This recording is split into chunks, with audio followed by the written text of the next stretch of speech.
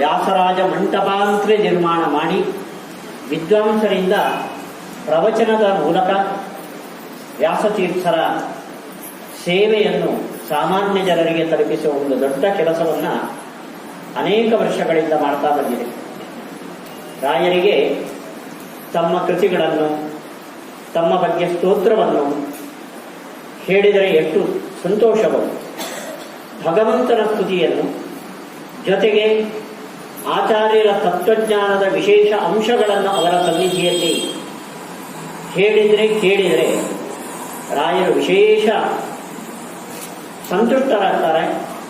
ಜೊತೆಯಲ್ಲಿ ವೃಂದಾವನದಲ್ಲಿ ಅವರ ಸಾನ್ನಿಧ್ಯ ವಿಶೇಷ ಬರ್ತದೆ.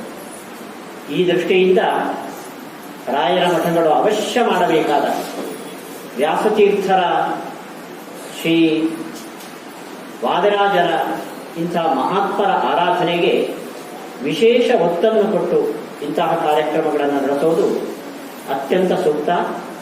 ಅದರ ಆರಂಭದ ದಿವಸ ಉದ್ಘಾಟನೆಯ ಕಾರ್ಯಕ್ರಮ ರಾಯರ ಸನ್ನಿಧಿಯಲ್ಲಿ ನಡೆದಿದೆ. ಸಾಮಾನ್ಯವಾಗಿ ಕಾರ್ಯಕ್ರಮದ ಉದ್ಘಾಟನೆ ಅಂದರೆ ಮಠಾಧೀಶರು ಯಾರಾದರೂ ಬರಬೇಕು, ಆವಾಗ ಉದ್ಘಾಟನೆ ಅಂತ ಅನಿಸಿಕೊಳ್ಳುತ್ತದೆ.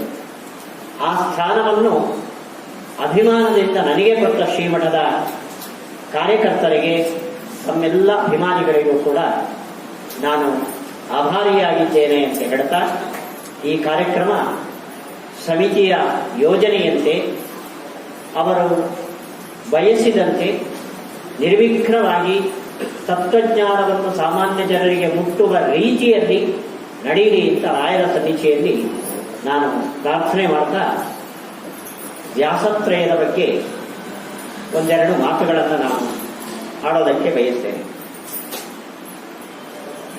17ನೆಯ ಶತಮಾನ ಒಂದು ಕಡೆ ಸಾಮಾನ್ಯ ಜನರಿಗೆ ಮುಟ್ಟುವ ಕನ್ನಡದ ಕೃತಿಗಳು ಬಂದರೆ, ಇನ್ನೊಂದು ಕಡೆ ಸಾಮಾನ್ಯ ಜನರಿಗೆ ಕೈಗೆ ಸಿಗದ ಪಂಡಿತ ವರ್ಗಕ್ಕೆ ಮಾತ್ರ ಮೀಸಲಾದ ನಮ್ಮ ದ್ವೈತ ಸಿದ್ಧಾಂತದಲ್ಲಿ ವಿಶಿಷ್ಟವಾದ ಗ್ರಂಥಗಳ ಉಗಮಕ್ಕೆ ಆ ಶತಮಾನ ಕಾರಣವಾಯಿತು. ಅದಕ್ಕೆ ಮುಖ್ಯ ಕಾರಣ ರಾಜಾಶ್ರಯ.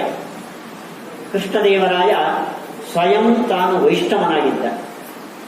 ವೈಷ್ಣವನಾಗಿದ್ದು ವೈಷ್ಣವ ಸಿದ್ಧಾಂತದ ಪ್ರತಿಷ್ಠೆ ಕನ್ನಡ ನಾಡಿನಲ್ಲಿ ನಡೆಯಬೇಕು ಅಂತ ವ್ಯಾಸರಾಜರಂಥ ವಿದ್ವಾನ್ ಮಣಿಗಳನ್ನ, ಅವರಿಗೆ ಬೇಕಾದ ಸವಲತ್ತುಗಳನ್ನು ನೀಡಿ ಪಾಠಶಾಲೆಯನ್ನ ಪ್ರೋತ್ಸಾಹಿಸಿ ಪಾಠ ಹೇಳುವ ವ್ಯವಸ್ಥೆಯನ್ನು ಮಾಡಿ ಗ್ರಂಥಗಳು ರಚನೆಯಾಗುವ ರೀತಿಯಲ್ಲಿ ಪ್ರೋತ್ಸಾಹವನ್ನು ಕೊಟ್ಟ. ಅದಕ್ಕೆ ಸರಿಯಾಗಿ ವ್ಯಾಸತೀರ್ಥರಂಥ ಮಹಾತ್ಮರು ಅವನಿಗೆ ರಾಜಗುರುಗಳಾಗಿ ಸಿಕ್ಕಿದ್ದು ಅದು ಕನ್ನಡ ನಾಡಿನ ಒಂದು ದೊಡ್ಡ ಹೆಮ್ಮೆಯ ವಿಷಯ.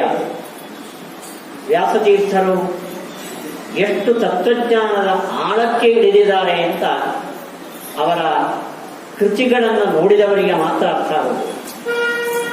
ಅಷ್ಟು ಆಳವಾದ ಸಂಸ್ಕೃತದ ಪಾಂಡಿತ್ಯವನ್ನು ಹೊಂದಿದ್ರೂ ಕೂಡ ಅವರ ಔದಾರ್ಯ ನೋಡಿ.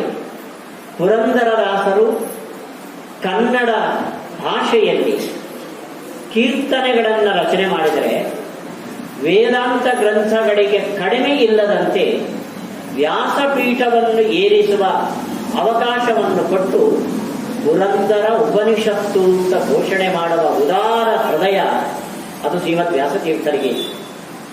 ಇವತ್ತು ಸಾಧಾರಣ ವಿದ್ವಾಂಸರು ಅಂತ ಪರಿಗಣಿತರಾದವರು ಕನ್ನಡ ಸಾಹಿತ್ಯ ಹರಿದಾಸರ ಕೀರ್ತನೆಗಳನ್ನು ಕೇಳೋದು ತಮ್ಮ ಘನತೆಗೆ ಕಡಿಮೆ ಅಂತ ಭಾವಿಸುವ ಸಂದರ್ಭ ಇದೆ.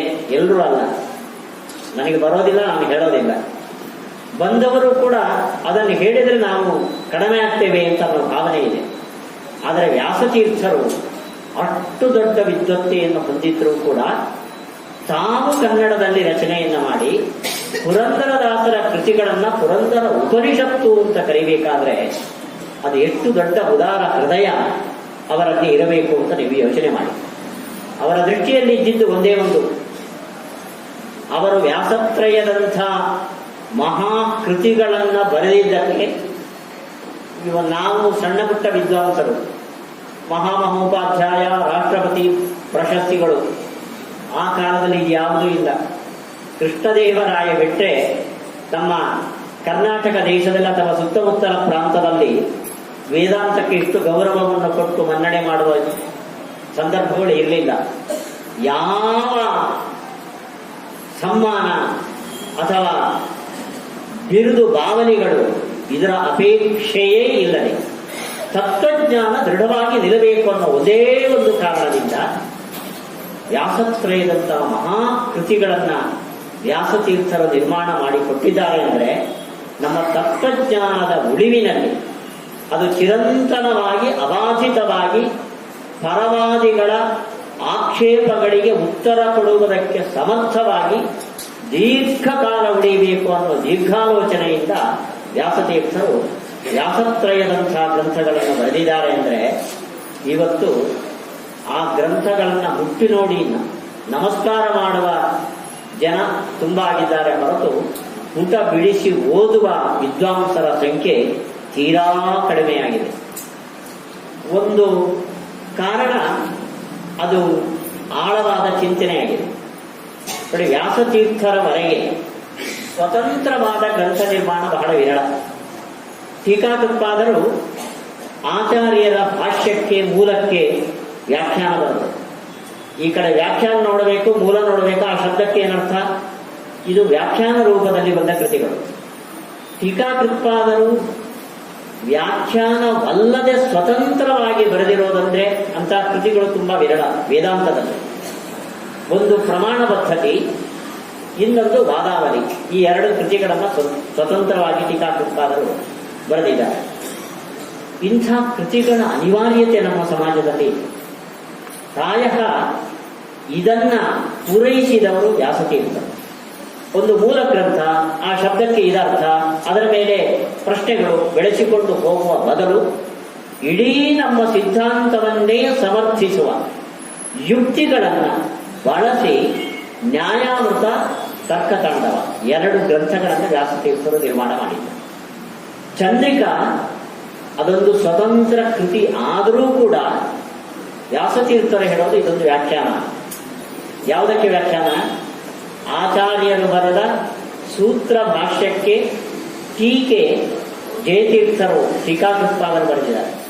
ಅದರ ವ್ಯಾಖ್ಯಾನ ಇದು ಅಂತ ಹೇಳಿ ವ್ಯಾಖ್ಯಾನದ ರೂಪದಲ್ಲಿ ಚಂದ್ರಿಕಾವನ್ನು ನಿರ್ಮಾಣ ಮಾಡಿದರೆ,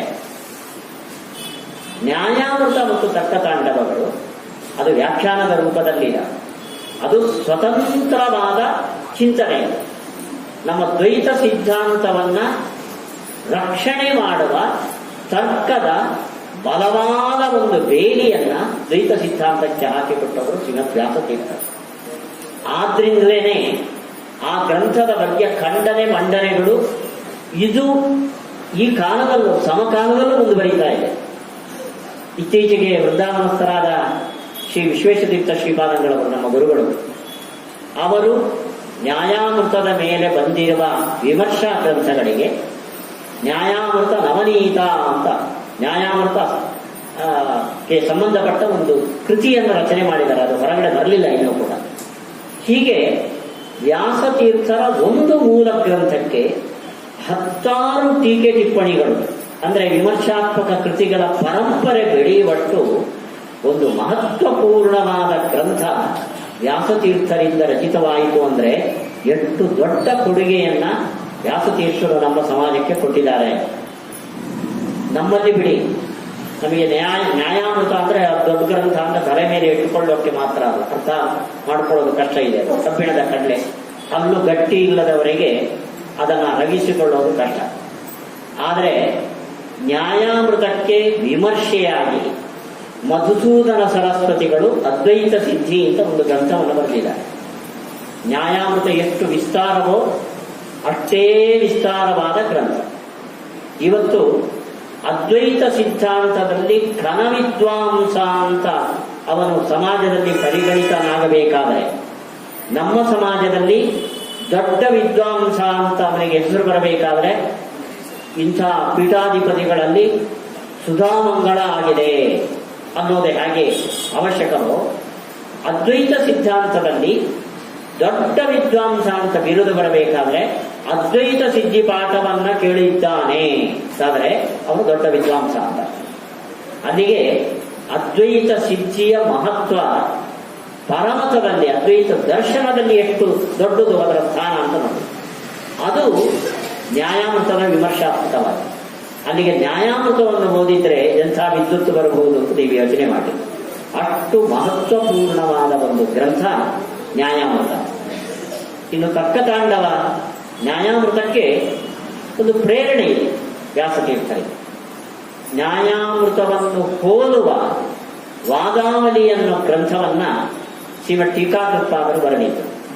ಇದರ ರೀತಿಯಲ್ಲೇ ಚಾಪ್ಟರ್ಸ್ ಅಂದ್ರೆ ವಿಭಾಗಗಳನ್ನ ಮಾಡಿ ವಾದಾವಲಿ ಗ್ರಂಥವನ್ನ ಟೀಕಾಕೃತ್ಪಾದರು ಬರೆದಿದ್ದರು.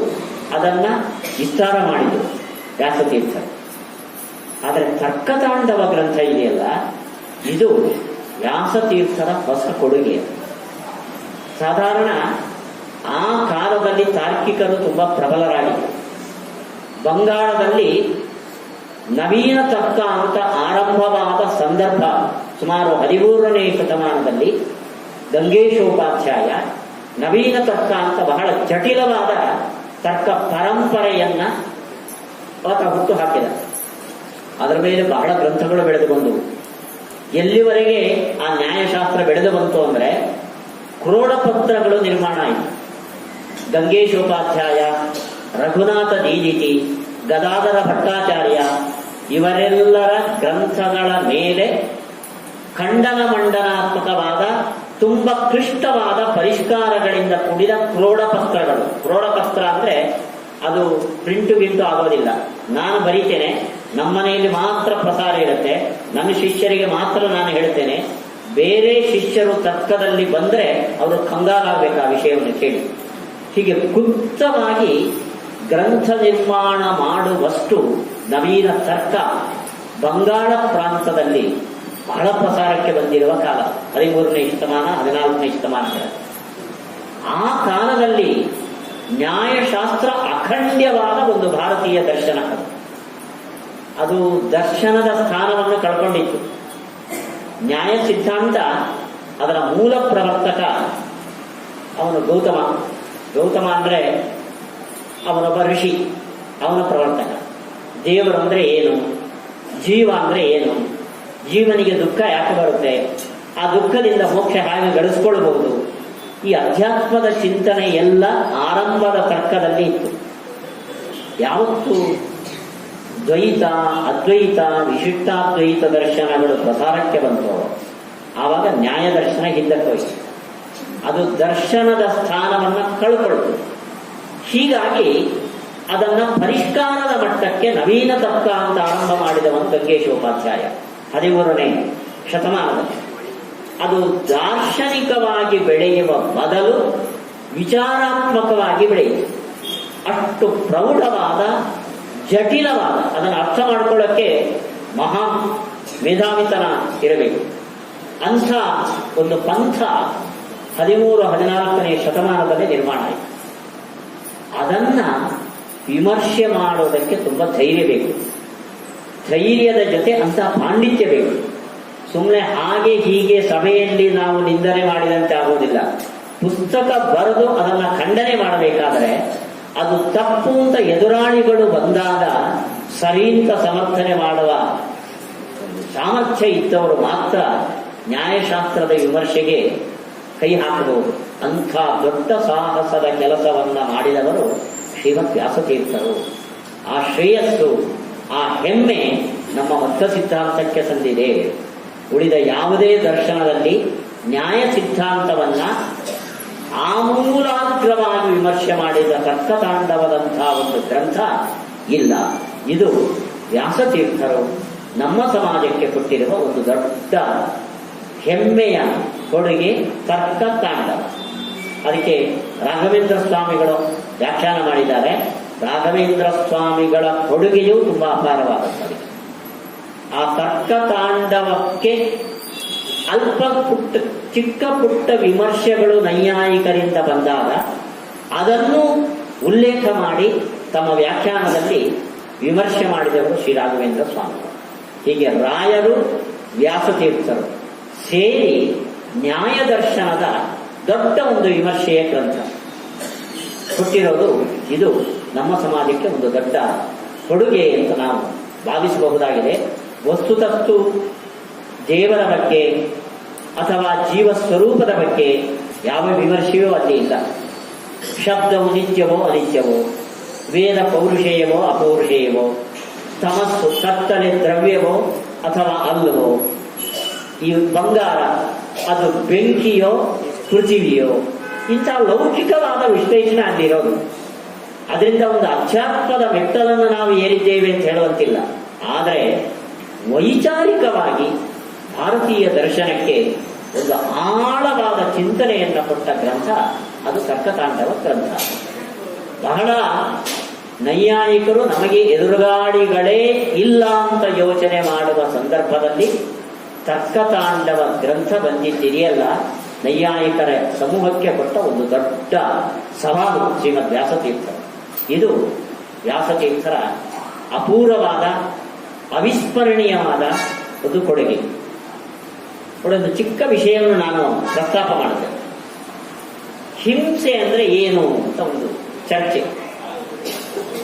ಹಿಂಸೆ ಅಂದ್ರೆ ನೈಯಾಯಿಕರು ಅದರ ಪರಿಷ್ಕಾರಗಳು ಬಿಡಿ, ಸಹಜವಾಗಿ ಹೇಳೋದಾದ್ರೆ ಮತ್ತೊಬ್ಬರ ಪ್ರಾಣಘಾತಕ್ಕೆ ಕಾರಣವಾದ ಕ್ರಿಯೆ ಹಿಂಸೆ.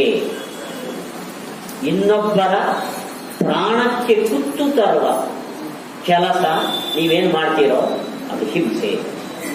ಅದು ಹೊಡೆಯೋದಾಗ್ಬೋದು, ಬಡಿಯೋದಾಗ್ಬೋದು, ಚೂರಿ ಹಾಕೋದಾಗ್ಬೋದು, ದೂರದಿತ್ತು ಗುಂಡು ಹಾರಿಸೋದಾಗ್ಬೋದು, ಇವೆಲ್ಲ ಹಿಂಸೆಗಳು. ಆದರೆ ವ್ಯಾಸತೀರ್ಥ ಇದು ನೈಯಾಯಿಕರ ಒಂದು ಸ್ಟ್ಯಾಂಡ್ ಇದೆ, ಹೌದು ಅಂತ ಅನ್ಸುತ್ತೆ ನಮಗೆ. ಆದರೆ ವ್ಯಾಸತೀರ್ಥರು ಇದರ ಬಗ್ಗೆ ಒಂದು ಕ್ರಾಸ್ ಕ್ವಶನ್ ಮಾಡ್ತಾರೆ ನೋಡಿ. ಒಬ್ಬ ಪಂಕ್ತಿಯಲ್ಲಿ ಬಡಿಸ್ತಾ ಇದ್ದಾನೆ. ಬಡಿಸುವಾಗ ತುಂಬಾ ಹಸಿದ ವ್ಯಕ್ತಿ, ಇವತ್ತು ರಾಯರ ಆರಾಧನೆ ಇದೆ ಅಂತ ಬೆಳಿಗ್ಗೆಯಿಂದ ಉಪವಾಸ ಕೂತ ವ್ಯಕ್ತಿ ಮಧ್ಯಾಹ್ನದ ಊಟದಲ್ಲಿ ಗಮಗಮ ಅಂತ ನುಂಗಿದ. ಗಂಟ್ಲಲ್ಲಿ ಭಕ್ಷ್ಯ ಸಿಕ್ಕಾಕೊಂಡು ದಬ್ಬ ಅಂತ ಬಿದ್ದ. ಮುಗಿತವ ಕತೆ. ಇವಾಗ ಬಡಿಸಿದವನು ಹಿಂಸೆ ಮಾಡಿದ್ನೋ ಇಲ್ಲೋ, ಅವನಿಗೆ ಪಾಪ ಇದೆಯೋ ಇಲ್ಲ. ಇದು ನೈಯಾಯಿಕರ ಹಿಂಸೆಯ ನಿರೂಪಣೆಯ ಬಗ್ಗೆ ಒಂದು ಬಂದ ಕ್ರಾಸ್ ಕ್ವಶನ್ ವ್ಯಾಸತೀರ್ಥರು ತರ್ಕತಾಂಡವದಲ್ಲಿ ಮಾಡಿದರು. ಯಾಕೆಂದ್ರೆ ಮತ್ತೊಬ್ಬರ ಪ್ರಾಣಘಾತಕವಾದ ಕ್ರಿಯೆ ಹಿಂಸೆ. ಬಡಿಸುವವನ ಅವನ ಎಲೆಗೆ ಭಕ್ಷ್ಯವನ್ನು ದಪ್ಪ ಹಾಕಿದಾನೆ, ಹಸುದು ಗಪ್ಪ ತಿಂದ, ಅವನು ತಪ್ಪಿದೆ ಬಿಡ್ರಿ. ಆದರೆ ಬಡಿಸಿದವನು ಇದಕ್ಕೆ ಕಾರಣ ಹೌದವನು. ಅವನು ಹಾಕದೆ ಎದುರಿಗೆ ತಿಂತ ಇದ್ದ, ಹಾಕಿದ, ಅವನು ತಿಂದ, ಅವನು ಬಿದ್ದ. ಅಲ್ಲಿಗೆ ಬಡಿಸಿದವನು ಪಾಪಕ್ಕೆ ಹಾಗೆ ಆಗಬೇಕು. ಮತ್ತೊಬ್ಬರ ಪ್ರಾಣಘಾತಕ್ಕೆ ಕಾರಣವಾದ ಒಂದು ಕೆಲಸ ಪಂಕ್ತಿಯಲ್ಲಿ ಭಕ್ಷ್ಯ ಬಡಿಸಿದವನಿಗೂ ಬಂತು. ಅಲ್ಲಿಗೆ ಅವನು ಹಿಂಸಕ ಅಂತ ಹೇಳಬಹುದು. ಇದು ನೈಯಾಯಿಕರ ಮೇಲೆ ವ್ಯಾಸತೀರ್ಥರು ತಮ್ಮ ಗ್ರಂಥದಲ್ಲಿ ಮಾಡಿದ ಆಕ್ಷೇಪ. ಇಂಥ ಟ್ರಿಕ್ಸ್ಗಳು ಅಲ್ಲೇನೋ ದೇವರು ಗುಣಪೂರ್ಣ, ಲಕ್ಷ್ಮೀದೇವಿ ಅವನ ನಿತ್ಯ ಅವಿಯೋಗಿನಿಯಾದ ಪತ್ನಿ, ಯಾವ ಸಿದ್ಧಾಂತಗಳು ಬರೋದಿಲ್ಲ. ಕೇವಲ ಬುದ್ಧಿಯ ಕಸರತ್ತು ಇದೆ. ಅವರು ಅಷ್ಟು ರಾಜಕಾರಣದಲ್ಲಿ ನಿರತರು. ಆಗಾಗಲೇ ನ್ಯಾಯಾಮೃತವನ್ನು ಬರೆದು ದೊಡ್ಡ ಕೀರ್ತಿಗೆ ಪಾತ್ರರಾದವರು. ಅವರಿಗೆ ವಾದಿಗಳ ಜೊತೆ ಚರ್ಚೆ, ವಿದ್ಯಾರ್ಥಿಗಳಿಗೆ ಪಾಠ, ಅಲ್ಲಿ ಇಲ್ಲಿ ಕಾರ್ಯಕ್ರಮಗಳು. ಈ ಒತ್ತಡದ ಮಧ್ಯೆ ಇಂಥ ಚಿಕ್ಕ ಪುಟ್ಟ ವಿಮರ್ಶೆಯ ಬಗ್ಗೆ ವ್ಯಾಸತೀರ್ಥರು ತಮ್ಮ ಸಮಯವನ್ನ ವಿನಿಯೋಗ ಮಾಡಿದ್ದಾರೆ ಅಂದ್ರೆ ಆ ಜ್ಞಾನದ ಬಗ್ಗೆ ಎಷ್ಟು ದೊಡ್ಡ ಒಂದು ಆಸಕ್ತಿ ಅವರಿಗಿತ್ತು ಅಂತ ಯೋಚನೆ ಮಾಡಿ. ಹಾಗಾದ್ರೆ ಹಿಂಸೆ ಅಂದ್ರೆ ಏನು ವ್ಯಾಸತೀರ್ಥರು ಹೇಳ್ತಾರೆ ನೋಡಿ. ಇನ್ನೊಂದು ಆಕ್ಷೇಪ ಅವರು, ಒಬ್ಬ ಇವತ್ತು ಗುಂಡು ಅಂತ ಇಟ್ಕೊಳ್ಳಿ, ಅವತ್ತು ಕತ್ತಿ, ಅವತ್ತು ಗುಂಡು ಇರಲಿಲ್ಲ. ಒಬ್ಬ ಕತ್ತಿಯನ್ನು ತಯಾರು ಮಾಡ್ತಾನೆ. ಆ ಕತ್ತಿ ತಯಾರು ಮಾಡಿ ಮಾಡಿ ರಾಜರ ಸೈನ್ಯಕ್ಕೆ ಆತ ಮಾರಾಟ ಮಾಡೋದು ಅವನ ಉದ್ಯೋಗ. ಆ ಕತ್ತಿಯನ್ನು ಉಪಯೋಗಿಸಿ ಸೈನಿಕರು ಮತ್ತೊಬ್ಬರನ್ನು ಕೊಂದರು. ಅಲ್ಲಿಗೆ ಕತ್ತಿ ತಯಾರು ಮಾಡಿದವನು ಅವನು ಹಿಂಸಕ ಹೌದು ಅವನು. ಯಾಕೆಂದ್ರೆ ಅವನು ಕತ್ತಿಯನ್ನು ತಯಾರು ಮಾಡಿದ್ದು ಸೈನಿಕರು ಇದನ್ನು ಕೊಂಡುಕೊಳ್ಳಿ, ಅದರಿಂದ ಶತ್ರುಗಳ ಮೇಲೆ ಪ್ರಹಾರ ಮಾಡಲಿ, ಶತ್ರುಗಳು ಸಾಯಲಿ. ಎಷ್ಟು ಚೂಪಾಗುತ್ತೋ ಅಷ್ಟು ಚೂಪ್ ಮಾಡ್ತಾರೆ. ಹಾಗಾದ್ರೆ ಕತ್ತಿಯನ್ನ ತಯಾರು ಮಾಡಿದವನು, ಗುಂಡನ್ನ ತಯಾರು ಮಾಡುವ ಫ್ಯಾಕ್ಟರಿ, ಇವರೆಲ್ಲ ಅಪರಾಧಿಗಳು. ಆ ಗುಂಡನ್ನ ಒಬ್ಬ ದರೋಡೆಕೋರ ಬಳಸಿ ಒಬ್ಬ ವ್ಯಕ್ತಿಯನ್ನು ಕೊಂದ್ರೆ ಅವನನ್ನು ಹಿಡಿಯೋ ಜೊತೆ ಆ ಗುಂಡು ತಯಾರು ಮಾಡುವ ಫ್ಯಾಕ್ಟರಿಯನ್ನು ಸೀಸ್ ಮಾಡಬೇಕು. ಮಾಡ್ತೀರಾ? ನೈಯಾಯಿಕರ ಪರಿಭಾಷೆಯ ಪ್ರಕಾರ ಮತ್ತೊಬ್ಬರ ಪ್ರಾಣಕ್ಕೆ ಕುತ್ತು ತರುವ ಯಾವುದೇ ಕೆಲಸ ಇರಲಿ ಅದು ಹಿಂಸೆ. ಹಾಗಾದ್ರೆ ಕತ್ತಿಯನ್ನು ತಯಾರು ಮಾಡುವವನು ಹಿಂಸಕನೋ, ಗುಂಡಿನ ಫ್ಯಾಕ್ಟರಿಯನ್ನು ಇಟ್ಟವನು ಕೊಲೆಗಡುಕನೋ ಅನ್ನೋ ಪ್ರಶ್ನೆ ನೈಯಾಯಿಕರ ಸಿದ್ಧಾಂತದ ಮೇಲೆ ಬರುತ್ತದೆ. ಇದು ತುಂಬಾ ವ್ಯಾಸತೀರ್ಥರ ತರ್ಕತಾಂಡ ಓದಕ್ಕೆ ಬುದ್ಧಿ ಬೇಕು, ತುಂಬಾ ಚುರುಕಬೇಕು, ತರ್ಕಶಾಸ್ತ್ರದ ಬ್ಯಾಕ್ಗ್ರೌಂಡ್ ಬೇಕು. ಓದ್ತಾ ಹೋದರೆ ನಿಮಗೆ ನಾವೆಲ್, ಕಾದಂಬರಿಗಳನ್ನು ಓದಿದ್ರೆ ಎಷ್ಟು ಖುಷಿ ಆಗುತ್ತೋ ಅಷ್ಟೇ ಖುಷಿ ತರ್ಕತಾಂಡವನ್ನು ಓದಿದ್ರೆ ಅರ್ಥ ಆಗ್ಬೇಕಷ್ಟೇ. ಅರ್ಥ ಆಗ್ಬೇಕಾದ್ರೆ ಅರ್ಥ ಮಾಡುವ ತರಾತುರಿಯಲ್ಲಿ ರಸಭಂಗ ಆಗಬಾರದು. ಅದು ಆಗುವ ಸಂದರ್ಭ ಇದೆ. ಅರ್ಥ ಆಗ್ತಾ ಹೋದರೆ ಇಂತಹ ಸವಿಯುವ ಒಂದು ವಿಷಯಗಳು ತರ್ಕತಾಂಡವದಲ್ಲಿ ಇದೆ. ಇದಕ್ಕೆ ವ್ಯಾಸತೀರ್ಥರ ಹಿಂಸೆಯ ವ್ಯಾಖ್ಯಾನ, ಡೆಫಿನೇಷನ್. ಹಿಂಸೆ ಮತ್ತೊಬ್ಬರ ಮರಣದ ಉದ್ದೇಶ ಇರುವ, ಮರಣಕ್ಕೆ ಕಾರಣವಾದ ಕ್ರಿಯೆ ಹಿಂಸೆ. ಮರಣಕ್ಕೆ ಕಾರಣವಾದ ಕ್ರಿಯೆ ಹಿಂಸೆ. ಇದು ನೈಯಾಯಿಕರು. ಇದಕ್ಕೊಂದು ಬಾಲ ಜೋಡಿಸಿದ್ರು ವ್ಯಾಸತೀರ್ಥರು. ಮತ್ತೊಬ್ಬರ ಮರಣವೇ ಉದ್ದೇಶವಾಗಿರುವ, ಮರಣಕ್ಕೆ ಕಾರಣವಾದ ಕ್ರಿಯೆ ಹಿಂಸೆ. ಬಡಿಸುವವನು ಇವಾಗ ಹಿಂಸೆ ಮಾಡಿದ ಅಂತ ಹೇಳೋದಿಲ್ಲ. ಯಾಕೆಂದ್ರೆ ಅವನು ಬಡಿಸಿದ್ದು ಯಾಕೆಂದ್ರೆ ಇವನು ತಿಂದು ಹೊಟ್ಟೆ ತುಂಬಿಸ್ಕೊಂಡು ಖುಷಿ ಪಡ್ಲಿ ಅಂತ, ಅವನು ಸಾಯಲಿ ಅಂತ ಬಡಿಸಿದ್ದ. ಸತ್ತಿದ್ದು ಅವನ ಅಪರಾಧದಿಂದ, ಅವನು ಜಗಿಯದೆ ನುಂಗಿದ, ಗಂಟಲ್ಲಿ ಸಿಕ್ಕಾಕೊಂತ ಸತ್ತ. ಅಲ್ಲಿಗೆ ಬಡಿಸುವವನ ಉದ್ದೇಶ ಅವನ ಪ್ರಾಣಘಾತ ಆಗಲಿ ಅಂತಲ್ಲ. ಒಂದು ವೇಳೆ ಬಡಿಸುವವನು ಅವನ ಎಲೆಗೆ ಹಾಕುವ ಭಕ್ಷ್ಯದಲ್ಲಿ ವಿಷದ ಗುಳಿಗೆಯನ್ನು ಸೇರಿಸಿ ಹಾಕಿದ್ರೆ ಅವನು ಹಿಂಸಕ. ಆದರೆ ಅವನು ಸಾಯಿಲಿ ಅಂತ ಬಡಿಸಿದ್ದಲ್ಲ, ಅವನು ಬದುಕಲಿ ಅಂತ ಬಡಿಸಿದ್ದ. ಆದ್ರಿಂದ ಬಡಿಸುವವನ ಅಪರಾಧ ಇಲ್ಲ. ಇದು ಹಿಂಸೆಯ ವ್ಯಾಖ್ಯಾನ. ಕತ್ತಿಯನ್ನ ತಯಾರು ಮಾಡುವವನು ಶತ್ರುಗಳ ಮೇಲೆ ಹೊಡೆದು ಸಾಯಿಲಿ ಅಂತ ಕತ್ತಿ ತಯಾರು ಮಾಡೋದಲ್ಲ. ನನಗೆ ದುಡ್ಡು ಬೇಕು ಅಂತ ಅವನು ಕತ್ತಿ ತಯಾರು, ದುಡ್ಡು ಕೊಟ್ಟರೆ ಕೊಡ್ತಾನ, ಇಲ್ಲಾದ್ರೆ ಕೊಡೋದಿಲ್ಲ. ನನಗೆ ನಮ್ಮ ಪಕ್ಕದ ಮನೆಯವರು ಒಂದ್ಸತಿ ಹೊಡಿಬೇಕು ಅಂತೇಳಿ ಕತ್ತಿ ಕೊಡೋದ್ರೆ ಕೊಡೋದಿಲ್ಲ, ದುಡ್ಡು ಕೊಡ್ರೆ ತಗೊಳ್ಳಿ. ಅವನು ಮತ್ತೊಬ್ಬರ ಮರಣವೇ ಅವನ ಗುರಿಯಲ್ಲ, ತನ್ನ ಜೀವನ ಅವನ ಗುರಿ. ಆದ್ರಿಂದ ಅವನು ಅಪರಾಧಿ ಅಲ್ಲ. ಹೀಗೆ ನ್ಯಾಯಶಾಸ್ತ್ರದ ಬಹಳ ಬುದ್ಧಿವಂತಿಕೆಯ ಕೆಲವು, ಇದನ್ನು ನಾನು ಅತ್ಯಂತ ತಿಳಿಯಾದ, ನಿಮ್ಮ ಮನಸ್ಸಿಗೆ ಮುಟ್ಟುವ ಒಂದು ಸುಲಭದ ವಿಷಯವನ್ನು ತೆಗೆದುಕೊಂಡು ಮಾತನಾಡಿದ್ದು. ಇಂಥ ತಾರ್ಕಿಕರ ಕೆಲವು ಅವರದ್ದೇ ಆದ ಪರಿಷ್ಕಾರಗಳು ಅಂತ ಹೇಳ್ತಾರೆ. ಅವುಗಳನ್ನ ಒಂದೊಂದನ್ನು ನೇರ ಮಣಿ ಅಂತ ಗಂಗೇಶೋಪಾಧ್ಯಾಯ ಮಾಡಿದ ಗ್ರಂಥ ಮಣಿಗ್ರಂಥ, ತತ್ವಚಿಂತಾಮಣಿ ಅಂತ ಅದಕ್ಕೆ ಹೆಸರು. ಎದುರಿಲ್ಲದೆ ಬೆಳೆದ ಗ್ರಂಥ. ಅದರ ಒಂದೊಂದು ವಾಕ್ಯಗಳನ್ನು ಹಿಡಿದು ನೀನು ಮಾಡಿದ್ದು ತಪ್ಪು ಅಂತ ತೋರಿಸಿಕೊಟ್ಟ ಒಂದು ಎದೆಗಾರಿಕೆ, ಜಾಣ್ಮೆ, ಬುದ್ಧಿಯ ಸೂಕ್ಷ್ಮ ವಿವೇಚನಾ ಶಕ್ತಿ ವ್ಯಾಸತೀರ್ಥರಲ್ಲಿ ನಾವು ಕಾಣುತ್ತೇವೆ. ಪ್ರಾಯ ಟೀಕಾಕೃತ್ಪಾದರನ್ನ ಬಿಟ್ರೆ ಇಂಥ ಆಳವಾದ ವಿಮರ್ಶೆಯ ಒಂದು ಚಾತುರ್ಯ ನಾವು ಕಾಣೋದು ಅದು ವ್ಯಾಸತೀರ್ಥರಲ್ಲಿ. ಇದು ವ್ಯಾಸತೀರ್ಥರ ದೊಡ್ಡ ಒಂದು ಕೆಲಸ. ಇದನ್ನ ಮಾಡಿದ್ದು ನಾನೊಬ್ಬ ದೊಡ್ಡ ಬುದ್ಧಿವಂತ, ಮೆರಿಬೇಕು, ಬಿರುದು ಬಾಬರಿಗಳು ಸಿಗಬೇಕು, ತರ್ಕತಾಂಡವ ಬಂದ್ರು ಅಂತ ಯಾರು ಹಾರ ತುರಾಯಿ ಹಾಕಿ ಸನ್ಮಾನ ಮಾಡಲಿಲ್ಲ ವ್ಯಾಸತೀರ್ಥರಿಗೆ. ಜ್ಞಾನ ಅನ್ನೋದು ಅದು ಸ್ವಯಂ ಖುಷಿಯನ್ನು ಕೊಡುವ ಒಂದು ಫೀಲ್ಡರ್.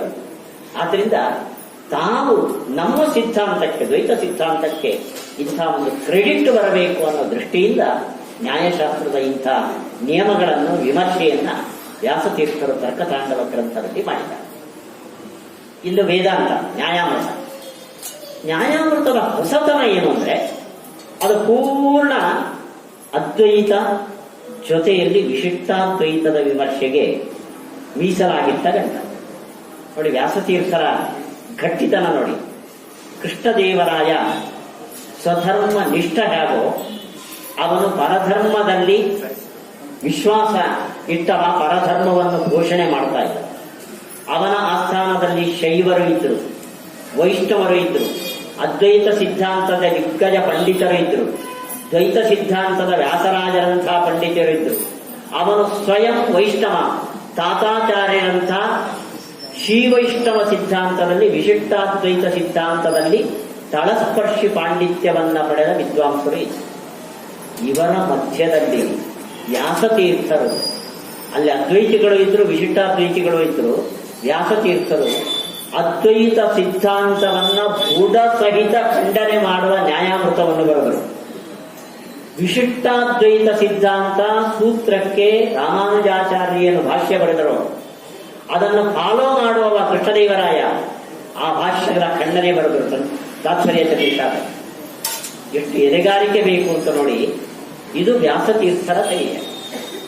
ಅವರು ಅಪ್ಪಯ್ಯ ದೀಕ್ಷಿತರನ್ನು ತಮ್ಮ ಸಂಸ್ಥಾನದಲ್ಲೇ ಇಟ್ಕೊಂಡಿದ್ರು. ಪ್ರತಿನಿತ್ಯ ಅವನ ಜೊತೆ ಚರ್ಚೆ ನಡೆಯಬೇಕು. ಆದರೆ ಅವನು ನಮ್ಮ ಜೊತೆಯಲ್ಲಿದ್ದಾನೆ ಅನ್ಕೊಂಡು ಅವನ ಮತವನ್ನು ನಿರಾಕರಣೆ ಮಾಡಲಿಕ್ಕೆ ಹಿಂದೆ ಮುಂದೆ ನೋಡ್ತಿರ್ಬೇಕು. ತಾತಾಚಾರ್ಯರು ರಾಜರ ಗುರುಗಳು. ರಾಜ ಶ್ರೀವೈಷ್ಣವ ಸಿದ್ಧಾಂತವನ್ನ, ವಿಶಿಷ್ಟಾದ್ವೈತ ಸಿದ್ಧಾಂತವನ್ನ ಅರಸಿದ್ದಾನೆ. ಅದನ್ನ ಖಂಡನೆ ಮಾಡಿದರೆ ಅವನಿಗೆ ಬೇಜಾರಾದಿತ್ತು.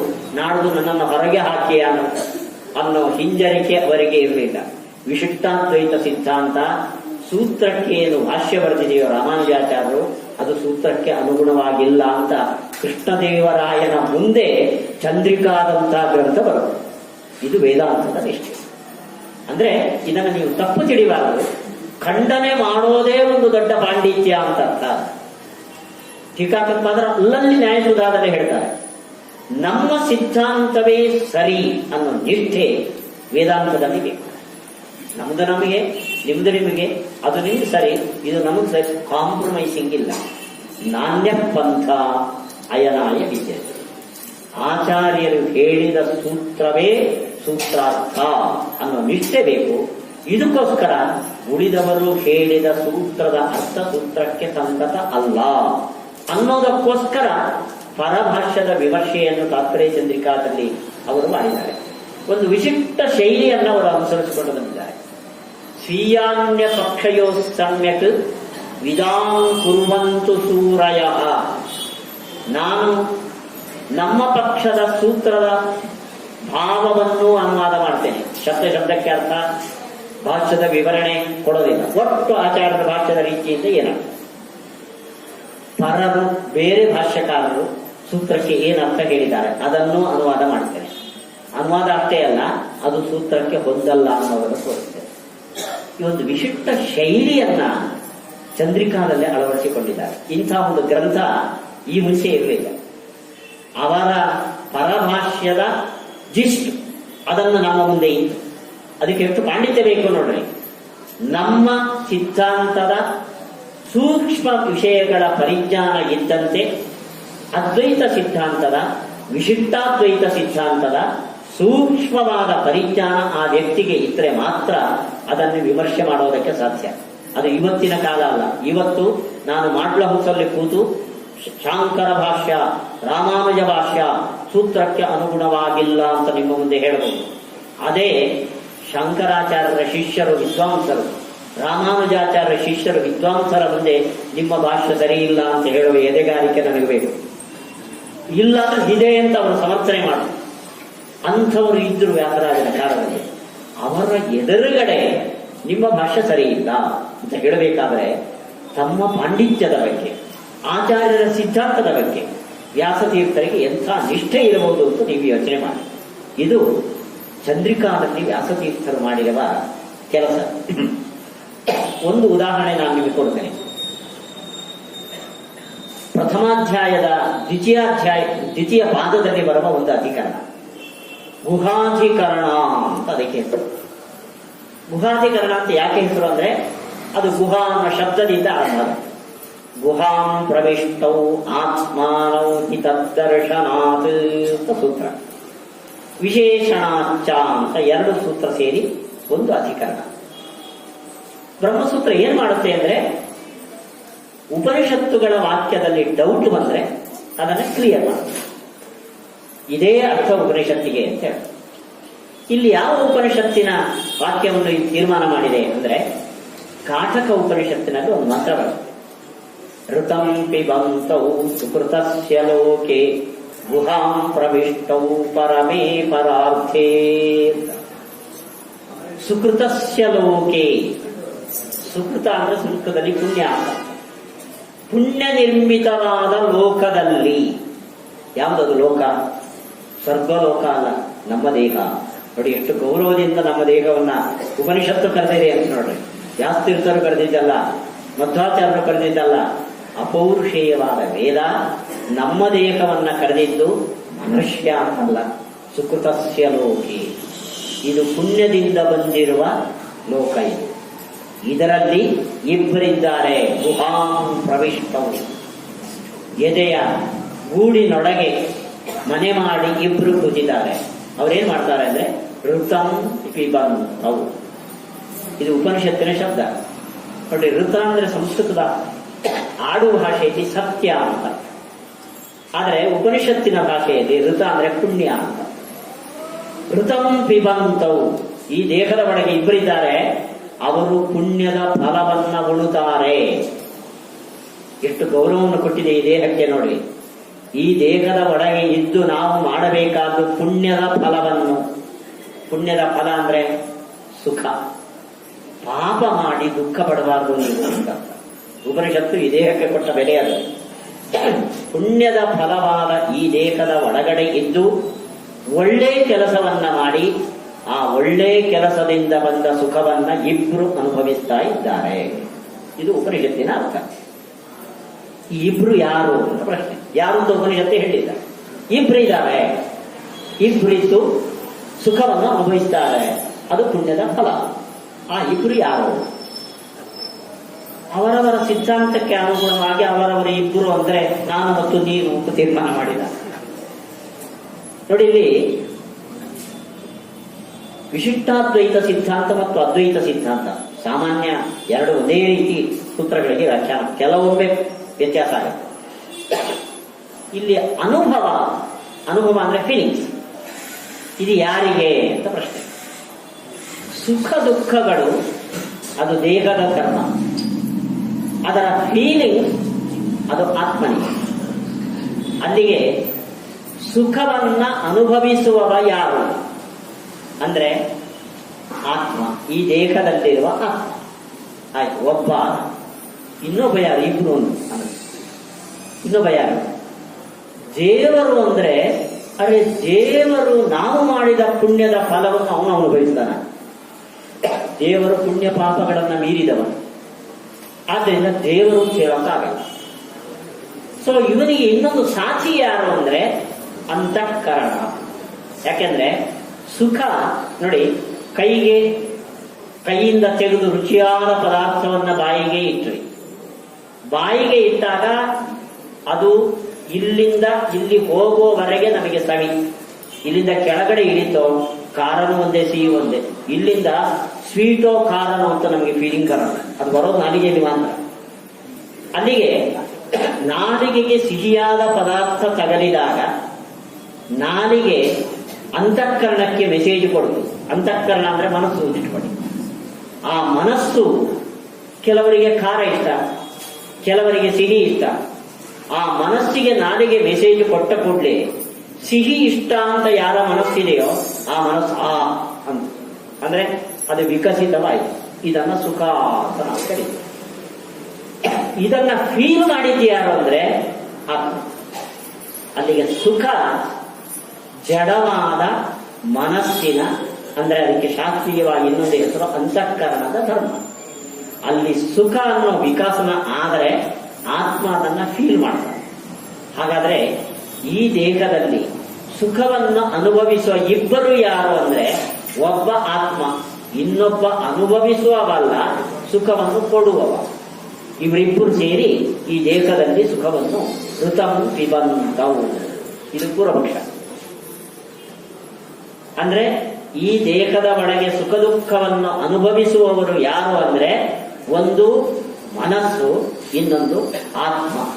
ಮನಸ್ಸು ಅನುಭವಿಸುತ್ತಾ ಅಂತ ಕೇಳಿ, ಕೋಳಿಗೆ ಸಿಹಿ, ನಾನು ಸಿಹಿಯಾಗಿದ್ದೆ ನನ್ನ ಫೀಲಿಂಗ್ ಹೋಳಿಗೆಗಿಲ್ಲ, ಅದನ್ನು ತಿಂದವನಿಗೆ. ಮನಸ್ಸು ಸುಖದ ಫೀಲಿಂಗ್ ಇರೋದು ಅದು ಹೋಳಿಗೆ ತರ. ನಾನು ಸಿಹಿಯಾಗಿದ್ದೆ ನನ್ನ ಫೀಲಿಂಗ್ ಅದಕ್ಕಿಲ್ಲ. ಆ ಫೀಲಿಂಗ್ ಇರೋದು ಯಾರಿಗೆ?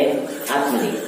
ಅಲ್ಲಿಗೆ ಸುಖರೂಪವಾದ ಮನಸ್ಸು ಮತ್ತು ಅದನ್ನ ಅನುಭವಿಸುವ ಆತ್ಮ, ಇಬ್ಬರು ಈ ದೇಹದಲ್ಲಿದ್ದು ಋತಂ ಪಿಬಂತವು ಅಂದು. ಇದು ಪೂರ್ವಪಕ್ಷ. ಇಲ್ಲಿ ಪಿಬಂತವು ಸವಿಯೋದು ಒಬ್ಬನೇ ಹೊರತು ಇಬ್ಬರಲ್ಲ. ಛತ್ರಿನ್ಯಾಯ ಅಂತ ಕೂಡಿಸಿದ್ರು. ಪೂರ್ವಪಕ್ಷ ಇದು ನೋಡ್ರಿ, ಛತ್ರಿನ್ಯಾಯ ಅಂತ ಕೂಡಿಸಿದ್ರು. ಛತ್ರಿನ್ಯಾಯ ಅಂದ್ರೆ ಈ ಸಭೆಯಲ್ಲಿ ಒಂದು 4 ಜನ ಕಚ್ಚೆ ಪಂಚೆ ಹಾಕಿ ಕೂತ್ರೆ ಕಚ್ಚೆ ಪಂಚೆ ಹಾಕಿದವರೇ ಇಲ್ಲಿದ್ದಾರಪ್ಪ ಅಂತಿನ್ನ. ಒಬ್ರು ಸೀರೆ ಉಟ್ಟವರು ಇದ್ರೂ ಪರವಾಗಿಲ್ಲ, ನೆಗ್ಲಿಜಿಬಲ್. ಹಾಗೆ ಒಬ್ಬ ಸುಖವನ್ನ ಅನುಭವಿಸ್ತಾನೆ, ಇನ್ನೊಬ್ಬ ಸುಖವನ್ನ ಸಪ್ಲೈ ಮಾಡ್ತಾನೆ, ಅವನನ್ನು ಸೇರಿಸಿ ಪಿಬಂತವು ಸಿದ್ಧಾಂತ ಮಾಡಿದ್ರು. ಇಬ್ರೂ ಭಾಷ್ಯಕಾರರು ಸಿದ್ಧಾಂತ ಮಾಡಿದ್ರು. ಬುದ್ಧಿ ಅಲ್ಲ, ಸುಖವನ್ನು ಅನುಭವಿಸುವವನು ದೇವರು ಮತ್ತೆ ಜೀವ. ಅಲ್ಲಿಗೆ ಪೂರ್ವಪಕ್ಷದಲ್ಲಿ ಬುದ್ಧಿ ಮತ್ತು ಜೀವ ಅಂತ ಪೂರ್ವಪಕ್ಷ. ಬುದ್ಧಿಯ ಜಾಗದಲ್ಲಿ ದೇವರನ್ನ ತಂದು ಪರಮಾತ್ಮ ಮತ್ತು ಜೀವ ಇಬ್ರು ಸುಖವನ್ನು ಅನುಭವಿಸ್ತಾರೆ. ಅವರಿಗೆ ಕೇಳಿ, ನೀವು ಮಾಡಿದ ಪುಣ್ಯದ ಫಲವಾದ ಸುಖವನ್ನು ದೇವರು ಅನುಭವಿಸ್ತಾರೋ ಅಂದ್ರೆ ಇಲ್ಲಪ್ಪ ಅಂತಾರೆ. ಶಂಕರಾಚಾರ್ಯರು ಅಂತಾರೆ, ರಾಮಾನುಜಾಚಾರ್ಯರು ಅಂತಾರೆ, ನಾವು ಮಾಡಿದ ಪುಣ್ಯದ ಫಲವನ್ನು ದೇವರು ಉಣ್ಣೋದಿಲ್ಲ. ಯಾಕೆಂದ್ರೆ ಉಪನಿಷತ್ತು ಹೇಳುತ್ತದೆ, ಅನಶ್ನನ್ಯ ಅಭಿಚಾಕಶೀತಿ. ಈ ದೇಹದಲ್ಲಿ ಇಬ್ಬರಿದ್ದಾರೆ, ಒಂದು ಪರಮಾತ್ಮ, ಒಂದು ಜೀವಾತ್ಮ. ಜೀವಾತ್ಮ ಪುಣ್ಯದ ಫಲವಾದ ಸುಖವನ್ನು ಅನುಭವಿಸ್ತಾನೆ, ಪರಮಾತ್ಮ ಆ ಸುಖವನ್ನು ಅನುಭವಿಸುವುದಿಲ್ಲ. ತನ್ನದೇ ಆದ ಸುಖ ಅವನಿಗಿದೆ. ಆದರೆ ಇಲ್ಲಿ ಸಿದ್ಧಾಂತ ಮಾಡಿದ್ದೀರಂದ್ರೆ ಇಬ್ಬರೂ ಭಾಷ್ಯಕಾರರು ಈ ಗೂಡಿನ ಒಳಗೆ ಸುಖವನ್ನು ಉಣ್ಣುವವರು ಯಾರು ಅಂದ್ರೆ ಜೀವ, ಪರಮಾತ್ಮ. ಪರಮಾತ್ಮ ಅನುಭವಿಸ್ತಾನಂದ್ರೆ ಇಲ್ಲ, ಇವನ್ ಜೊತೆ ಇವನು ಇದ್ದಿದ್ರಿಂದ ಅವನು ಉಣ್ತಾನೆ ಅಂತೇಳಿ. ಕುಡಿಯುವವನ ಜೊತೆ ಇನ್ನೊಬ್ಬ ಇದ್ರೆ ಅವನು ಕುಡಿದವನಲ್ವಾ? ಹಾಗೆ ನೋಡಿ, ಇದು ಸೂತ್ರದ ಸಿದ್ಧಾಂತ. ಸರಿನೋ ಅನ್ಲಿ. ಸೂತ್ರ ಹೊರಟಿರೋರು ಉಪನಿಷತ್ತಿನ ವಾಕ್ಯಗಳೆಲ್ಲ ಬ್ರಹ್ಮನನ್ನು ಹೇಳ್ತವೆ. ಇಲ್ಲಿ ಋತಂ ಪಿಬಂತೋ ಅನ್ನೋ ವಾಕ್ಯವನ್ನ ಕೊನೆಗೂ ಎಲ್ಲಿ ಅಪ್ಲೈ ಮಾಡಿದಿರಿ? ಜೀವನಲ್ಲಿ. ಹಾಗಾದ್ರೆ ಋತಂ ಪಿಬಂತೋ ಅನ್ನೋ ಮಂತ್ರ ದೇವರನ್ನು ಹೇಳೋದಲ್ಲ, ಜೀವನನ್ನು ಹೇಳೋದು. ಸರಿಯ ಈ ಸಿದ್ಧಾಂತ ಅರ್ಥ ಟೀಕಾಕೃತ. ಆದ್ರಿಂದ ವೇದವ್ಯಾಸರು ಬ್ರಹ್ಮಸೂತ್ರವನ್ನ ರಚನೆ ಮಾಡಿದ್ದು ಉಪನಿಷತ್ತಿನ ಯಾವುದೇ ಮಂತ್ರಗಳು ಕೂಡ ಪರಮಾತ್ಮನನ್ನು ಬಿಟ್ಟು ಬೇರೆಯವರನ್ನ ಹೇಳೋದಕ್ಕಲ್ಲ, ಪರಮಾತ್ಮನನ್ನೇ ಪ್ರತಿಪಾದನೆ ಮಾಡ್ತವೆ ಅಂತ ತಿಳಿಸೋಕ್ಕೋಸ್ಕರ ಸೂತ್ರ ರಚನೆ. ಇಬ್ರೂ ಭಾಷ್ಯಕಾರರು ಇದನ್ನ ಮರೆತು ಬಿಟ್ಟು ದೇವರನ್ನು ಸೇರಿಸಿಕೊಂಡ್ರು, ಆದರೆ ಉಣ್ತಾನು ಅಂದ್ರೆ ಇಲ್ಲ. ಅಲ್ಲಿಗೆ ಈ ಮಂತ್ರ ಜೀವನನ್ನು ಹೇಳುತ್ತೋ ಹೊರತು ದೇವರಿಗೆ ಅಪ್ಲಿಕೇಬಲ್ಲೇ ಆಗಿಲ್ಲ. ಇದು ಸೂತ್ರದ ಅರ್ಥ ಅಲ್ಲ. ಇದು ಟೀಕಾಕೃತ್ಪಾದರ ವ್ಯಾಸತೀರ್ಥರು ಚಂದ್ರಿಕಾದಲ್ಲಿ ಮಾಡುವ ವಿಮರ್ಶೆ. ಎಷ್ಟು ಮನದಟ್ಟಾಗತ್ತೆ ನೋಡಿ. ಹಾಗಾದ್ರೆ ನಿಮ್ಮ ಸಿದ್ಧಾಂತ ಏನು? ನಮ್ಮ ಸಿದ್ಧಾಂತ ಏನು ಅಂದ್ರೆ, ಈ ದೇಹದ ಒಳಗೆ ಸುಖವನ್ನು ಅನುಭವಿಸುವವರು ಇಬ್ರು ಯಾರು ಅಂದ್ರೆ ಆತ್ಮಾಂತರಾತ್ಮೇತಿ ಹರಿಹಿ ಏಕ ಏವ ದ್ವಿಧಾ ಸ್ಥಿತಃ ಸುಖಂ ಪಿಬತ್ಯಸೌ ನಿತ್ಯಂ ನಾ ಸುಖಂ ಸ ಹರಿ ಪಿಬೇ. ಆಧಾರ ಕೊಟ್ಟು ಆಚಾರ್ಯರು ವ್ಯಾಖ್ಯಾನ. ಈ ದೇಹ ಅಂದ್ರೆ ಈ ದೇಹ ಅಂತ ನಾವು ತೋರಿಸ್ತೇವೆ. ಇದು ಎರಡಿದೆ. ಒಂದು ಈ ಭೌತಿಕ ದೇಹ, ಇನ್ನೊಂದು ಲಿಂಗದೇಹ. ಲಿಂಗದೇಹದ ಒಳಗೆ ಪರಮಾತ್ಮನ ಒಂದು ರೂಪ ಇದೆ, ಈ ಭೌತಿಕ ದೇಹದ ಒಳಗಡೆ ಇನ್ನೊಂದು ಪರಮಾತ್ಮನ ರೂಪ ಇದೆ. ಆತ್ಮ ಅಂತರಾತ್ಮ ಅಂತ. ಅಲ್ಲಿಗೆ ನಾವು ಕಣ್ಣಿನಿಂದ, ಕಿವಿಯಿಂದ, ಮೂಗಿನಿಂದ, ನಾಲಿಗೆಯಿಂದ ಏನೇನು ಪುಣ್ಯ ಸಂಪಾದನೆ ಮಾಡಿದ್ದೇವೋ ಅಲ್ಲ. ನಾಲಿಗೆಯಿಂದ ಪುಣ್ಯ ಸಂಪಾದನೆ ಏನು? ಪುಣ್ಯ ಸಂಪಾದನೆ ಭಜನೆ ಮಾಡೋದು. ಭಜನೆ ಯಾವುದರಿಂದ ಮಾಡೋದು ನೀವು? ನಾಲಿಗೆಯಿಂದ. ವಾಗೀಂದ್ರಿಯವಾಗಿ ಪುಣ್ಯ ಸಂಪಾದನೆ ಮಾಡೋದು. ಭಗವಂತನಿಗೆ ನಿವೇದಿತವಾದ ಅನ್ನವನ್ನ ಭಕ್ತಿಯಿಂದ ನಾಲಿಗೆ ಸವಿಯಿತು ಪುಣ್ಯ ಮಾಡೋದು. ಪಂಚೇಂದ್ರಿಯಗಳು ಪುಣ್ಯ ಮಾಡ್ತವೆ. ನಾನು ಪುಣ್ಯ ಮಾಡೋದು ನೀವು ಹೇಳ್ತೀರಿ, ನೀವಲ್ಲ. ಕಣ್ಣು, ಕಿವಿ, ಮೂಗು, ನಾಲಿಗೆ, ಕೈ, ಕಾಲುಗಳು ಪುಣ್ಯ ಮಾಡೋದು. ಆ ಪುಣ್ಯದ ಫಲ ಅದು ನಿಮಗೆಷ್ಟು ಸೇರುತ್ತೋ, ನಿಮಗಿಂತ ಮುಖ್ಯವಾಗಿ ಸೇರೋದು ನಿಮ್ಮಿಂದ ಆ ಕೆಲಸವನ್ನ ಮಾಡಿಸಿದ ಭಗವಂತನಿಗೆ. ಆದ್ದರಿಂದ ಸ್ಥೂಲ ದೇಹದಲ್ಲಿ ಆತ್ಮನಾಗಿ, ಸೂಕ್ಷ್ಮ ದೇಹದಲ್ಲಿ ಅಂತರಾತ್ಮನಾಗಿ, ಈ ದೇಹದ ಒಳಗೆ ಸುಖವನ್ನು ಅನುಭವಿಸುವವನು ಯಾರು ಅಂದ್ರೆ ಪರಮಾತ್ಮ. ನೋಡಿ, ಭಗವಂತನ ಮಹಿಮೆ ನೋಡ್ರಿ.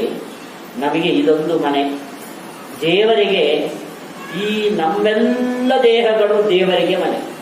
ಬರೇ ನಮ್ಮೆಲ್ಲ ಅಂದ್ರೆ 2 ಕಾಲು 2 ಕೈ ಇರುವ ಮನುಷ್ಯರು ಮಾತ್ರ ಅಲ್ಲ.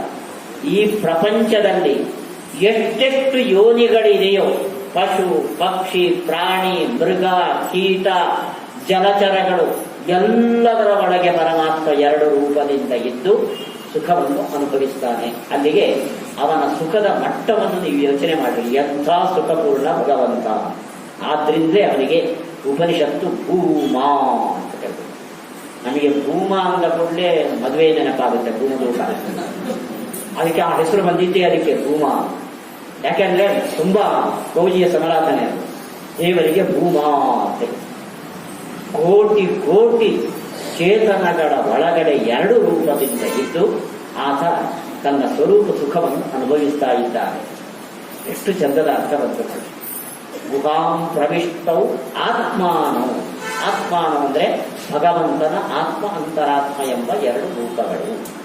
ಇದು ಚಂದ್ರಿಕಾಚಾರ್ಯರು ತಾತ್ಪರ್ಯ ಚಂದ್ರಿಕಾದಲ್ಲಿ ಮಾಡಿರುವ ವಿಮರ್ಶೆ.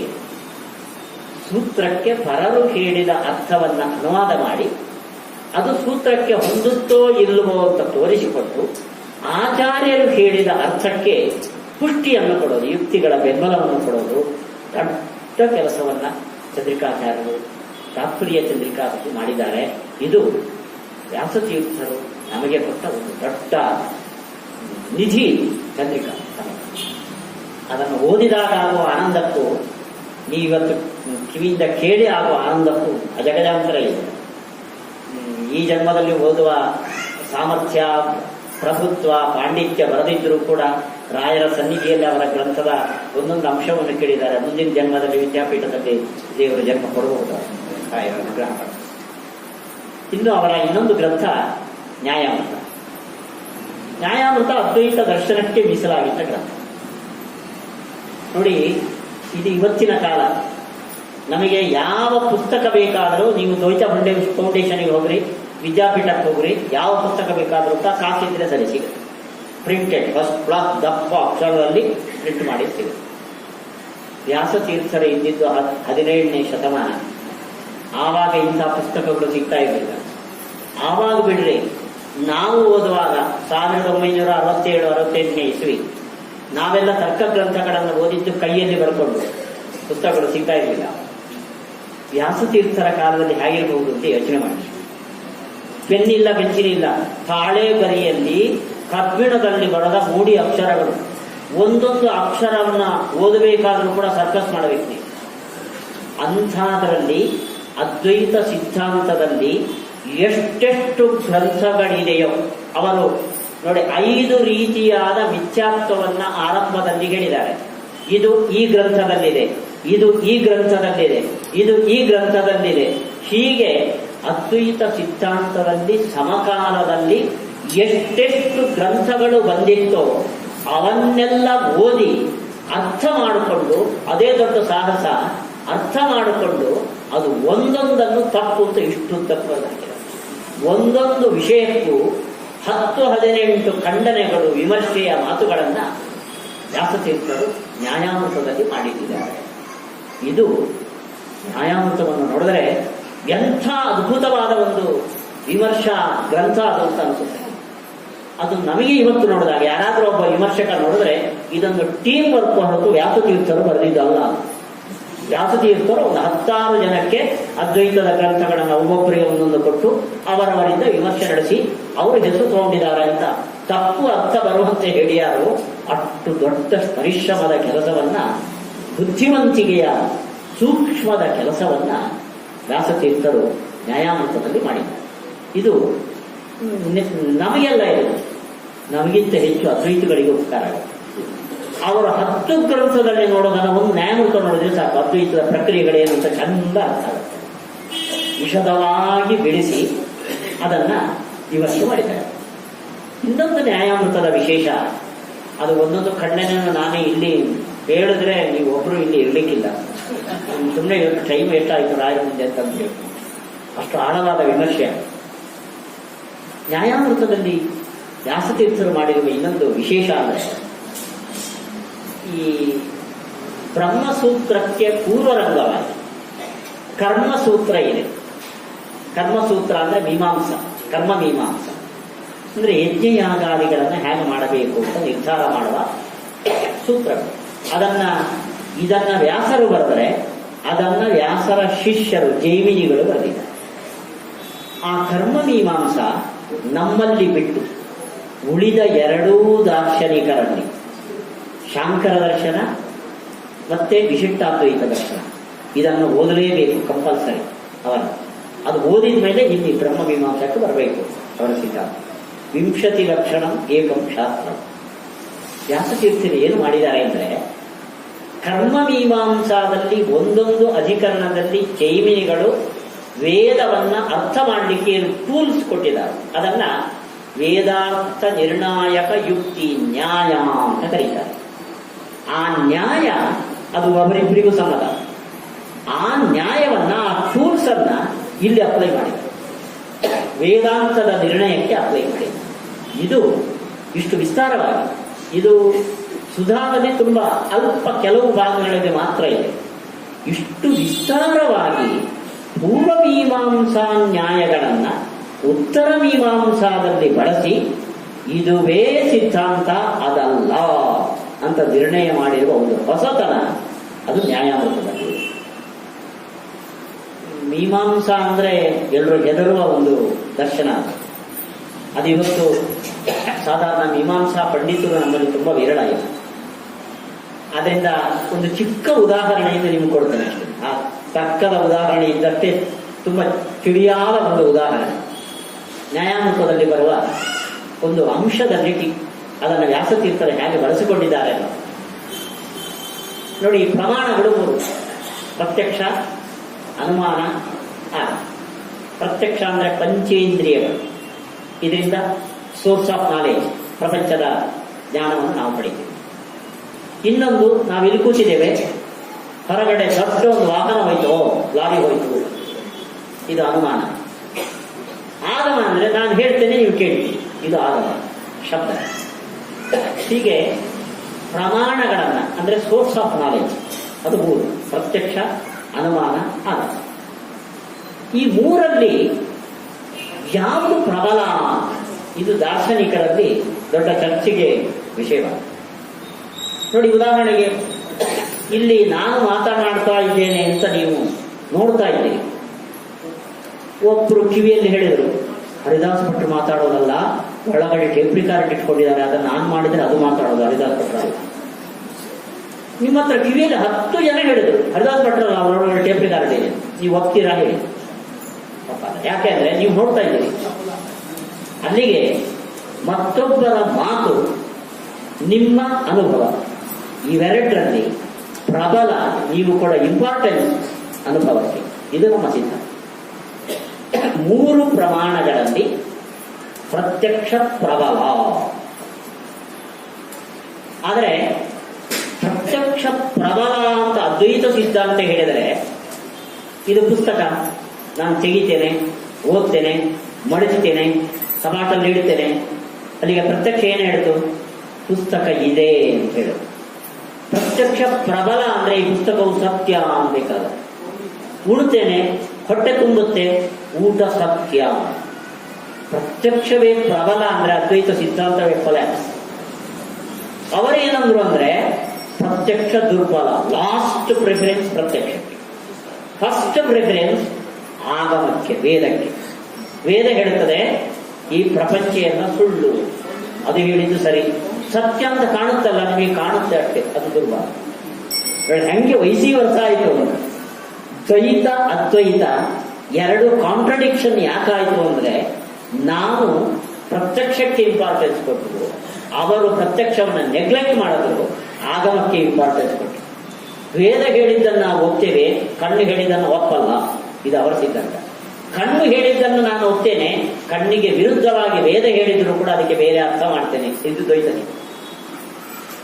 ಹೀಗೆ ಪ್ರತ್ಯಕ್ಷ ಆಗಮ ಇವೆರಡರಲ್ಲಿ ಆಗಮ ಪ್ರಬಲ ಅಂತ ಅವರ ಸಿದ್ಧಾಂತ, ಪ್ರತ್ಯಕ್ಷ ಪ್ರಬಲ ಅಂತ ನಮ್ಮ ಸಿದ್ಧಾಂತ. ಇದು ಕನ್ವಿನ್ಸಿಂಗ್ ಪಾಯಿಂಟ್. ನಮ್ಮ ಸಿದ್ಧಾಂತ ಸರಿ ಅಂತ ನಮಗೆ ಅನುಭವಿಸ್ತೀವಿ. ಇದನ್ನ ಪೂರ್ವಮೀಮಾಂಸಾದಿಂದ ಸಮರ್ಥನೆ ಮಾಡ್ತಾರೆ. ಈ ಜಗತ್ತು ಸುಳ್ಳು ಅಂತ ಹೇಳುವ ಆಗಮ ಯಾವುದು? ವೇದ.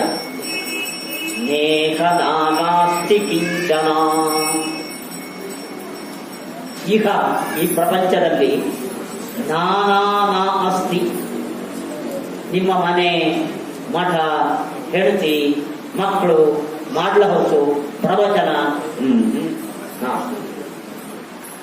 ಏಕಮೇವ ದ್ವಿತೀಯ, ಬ್ರಹ್ಮ ಒಂದೇ ಸತ್ಯ. ಇದು ಆಗಮ. ಇದೇನು ಹೇಳ್ತು? ಪ್ರಪಂಚದಲ್ಲಿ ನೀವೇನೇನು ಕಾಣ್ತಿರೋ ಅದು ಯಾವುದೂ ಇಲ್ಲ, ಇರೋದು ಯಾವುದು ಅಂದ್ರೆ ಬ್ರಹ್ಮ ಒಂದೇ. ಇದು ವೇದ ಹೇಳ್ತು. ಅಲ್ಲರಿ ನಮ್ಮ ಮನೆ ಇದೆ, ನಮ್ಮ ಮನೆಯಲ್ಲಿ ಊಟ ಎಲ್ಲ ಭ್ರಮೆ ಇದೆ.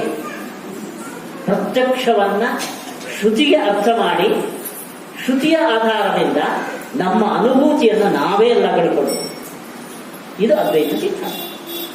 ಟೀಕಾಕೃತ್ತಾದರೂ ಇಲ್ಲಿ ಶ್ರುತಿಗಿಂತ ಪ್ರತ್ಯಕ್ಷಕ್ಕೆ ಇಂಪಾರ್ಟೆನ್ಸ್ ಕೊಡಬೇಕು ಅನ್ನೋದನ್ನ ಪೂರ್ವಮೀಮಾಂಸಾ ನ್ಯಾಯದಿಂದ ಸಮರ್ಥನೆ ಮಾಡ್ತಾರೆ.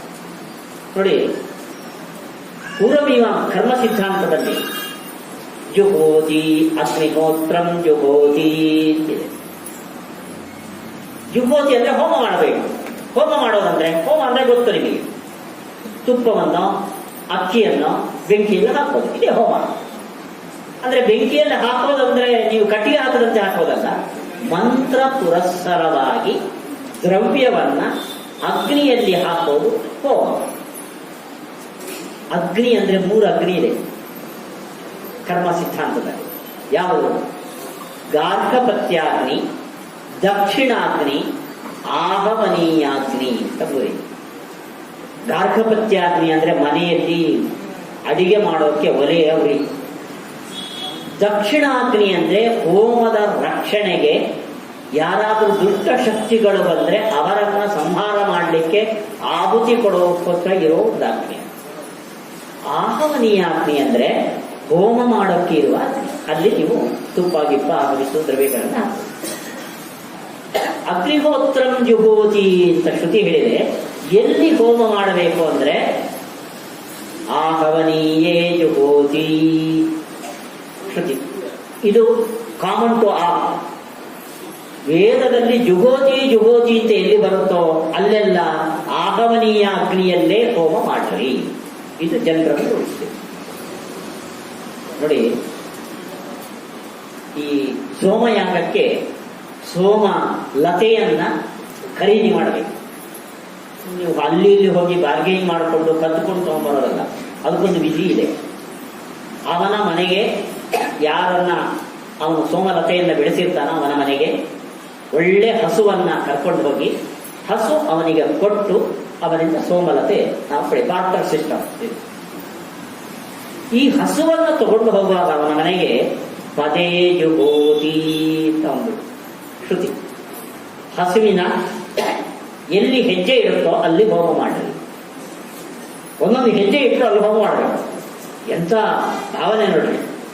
ನೀವು ಸೋಮವನ್ನ ಖರೀದಿ ಮಾಡೋದಕ್ಕೆ ಹಸುವನ್ನ ಅವನ ಮನೆಗೆ ತೆಗೆದುಕೊಂಡು ಹೋದಾಗ ಹಸು ಹೆಜ್ಜೆಗಿಟ್ಟ ಜಾಗದಲ್ಲಿ ಹೋಮ ಮಾಡ್ರಿ. ಇಲ್ಲಿ ಹೋಮ ಮಾಡೋಕ್ಕೆ ಆಧಾರ ಯಾವುದು? ಪದೇ. ಪದೇ ಅಂದ್ರೆ ಹಸುವಿನ ಹೆಜ್ಜೆ, ಆಹವನೀಯ ಅಗ್ನಿ ಅಲ್ಲ. ಪೂರ್ವಮೀಮಾಂಸಾದಲ್ಲಿ ಸಿದ್ಧಾಂತ ಮಾಡಿದ್ದಾರೆ. ಉಳಿದೆಲ್ಲ ಕಡೆ ಆಹವನೀಯ ಅಗ್ನಿಯಲ್ಲಿ ಹೋಮ, ಇಲ್ಲಿ ಮಾತ್ರ ಅದೇ ಜುಹೋತಿಯಿಂದ ಪರ್ಟಿಕ್ಯುಲರ್ ಹೇಳಿರೋದ್ರಿಂದ ಆಹವನೀಯ ಅಗ್ನಿಯಲ್ಲೆಲ್ಲ ಆ ನೆಲದಲ್ಲಿ ಜಾಗದಲ್ಲಿ ಹೋಮ. ಅಂದ್ರೆ ಜನರಲ್ ರೂಲ್ಸ್, ಎಕ್ಸೆಪ್ಷನ್ ಇದ್ದಾಗ. ನೋಡಿ, ರಸ್ತೆಯಲ್ಲಿ ಯಾವತ್ತು ಎಡಬದಿಯಲ್ಲೇ ವಾಹನವನ್ನ ಚಲಿಸಬೇಕು ರೂಲ್ಸ್. ಆದರೆ ಓವರ್ಟೇಕ್ ಮಾಡುವಾಗ ಬಲಬದಿ ಬರ್ತೀವಿ. ಅಕ್ಸೆಪ್ಟೆಡ್, ಅದು ಎಕ್ಸೆಪ್ಷನ್ ಅದು ಓಡಿ. ಹಾಗೆ ಉಳಿದೆಲ್ಲ ಹೋಮಗಳನ್ನು ಆಗಮನೀಯ ಅಗ್ನಿಯಲ್ಲಿ ಮಾಡಲಿ, ಇಲ್ಲಿ ಮಾತ್ರ ಅಗ್ನಿಯಲ್ಲಿ ಅಲ್ಲ ಅದೇ. ಇದು ಪೂರ್ವಮೀಮಾಂಸಾದ ಒಂದು ಸಿದ್ಧಾಂತ. ಪರ್ಟಿಕ್ಯುಲರ್, ಜನರಲ್, ಇವೆರಡರಲ್ಲಿ ಪರ್ಟಿಕ್ಯುಲರ್ಗೆ ಇಂಪಾರ್ಟೆನ್ಸ್, ಜನರಲ್ ರೂಲ್, ಎಕ್ಸೆಪ್ಷನ್ ಬಿಟ್ಬಿಡಿ. ಅದು ಇದನ್ನು ವ್ಯಾಸತೀರ್ಥರು ಇಲ್ಲಿಗೆ ಹೇಗೆ ಅಪ್ಲೈ ಮಾಡ್ತಾರೆ ನೋಡಿ. ಪ್ರತ್ಯಕ್ಷ ಪರ್ಟಿಕ್ಯುಲರ್, ಶ್ರುತಿ ವೇದ ಜನರಲ್. ಹೇಗೆ ನೋಡಿ, ನಮ್ಮ ಅನುಭವ ಪುಸ್ತಕ ಸತ್ಯ, ಸ್ಟೇಜು ಸತ್ಯ, ಮೈಕು ಸತ್ಯ, ನಾನು ಸತ್ಯ, ನಮ್ಮನೆ ಸತ್ಯ. ಅದೊಂದು ಫೀಲ್ಡ್ ಇದೆ. ನಾವೇನು ಕಾಣ್ತೇವೋ ಅಷ್ಟು ಸತ್ಯ. ನಾವು ಕಾಣೋದು ಮ್ಯಾಕ್ಸಿಮಮ್ 1000 ಪದಾರ್ಥಗಳು ಅಂತ ಅನ್ಬೋದು, ಅವೆಲ್ಲ ಸತ್ಯ. ಶ್ರುತಿ ಏನ್ ಹೇಳುತ್ತೆ? 1000 ಪದಾರ್ಥ ಸುಳ್ಳು ಅಂತ. ಈಗ ನಾನಾ ಕಿಂಚನ ನಾಸ್ತಿ, 14 ಲೋಕಗಳಲ್ಲಿ ಬ್ರಹ್ಮ ಬಿಟ್ಟರೆ ಇನ್ನೇನೂ ಇಲ್ಲ. ಅಲ್ಲಿಗೆ ಜನರಲ್ ಯಾವುದು, ಪರ್ಟಿಕ್ಯುಲರ್ ಯಾವುದು? 1000 ವಸ್ತುಗಳು ನಮ್ಮ ಇಂದ್ರಿಯಗಳು ಗ್ರಹಿಸ್ತವೆ, ಅದು ಸತ್ಯ. ಶ್ರುತಿ ಅನ್ನತ್ತೆ ದೇವರು ಬಿಟ್ಟರೆ 14 ಲೋಕಗಳಲ್ಲಿ ಯಾವುದೂ ಇಲ್ಲ.